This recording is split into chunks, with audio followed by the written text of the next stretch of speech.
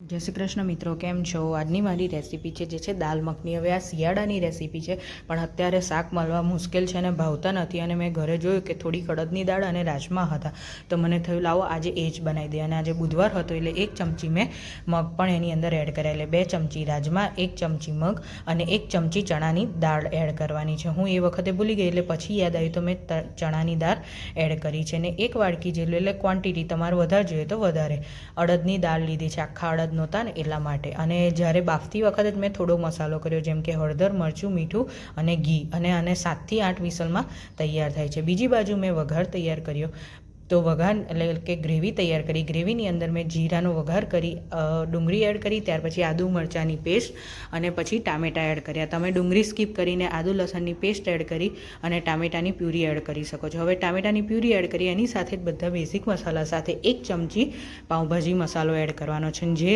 દાળ આપણે બાફી છે એ જ પાણી લેવાનું છે, અને ઉકળે એટલે એની અંદર દાળ એડ કરી અને જરૂર મુજબ પાણી એડ કરી, છેલ્લે 1 ચમચી ઘી.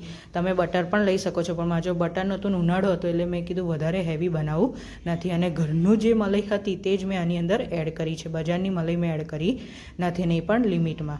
ત્યાર પછી ધાણા એડ કર્યા, તમે કરસૂરી મેથી પણ એડ કરી શકો છો. અને છેલ્લે લસણનો એક તડકો બનાવ્યો, જેનાથી ફ્લેવર વધારે સારી આવે. તો તૈયાર છે આપણી એકદમ ડિલિશિયસ દાલ મખની, જેને અમે જીરા રાઈસ સાથે એન્જોય કર્યું. તમે પરાઠા સાથે પણ એન્જોય કરી શકો છો.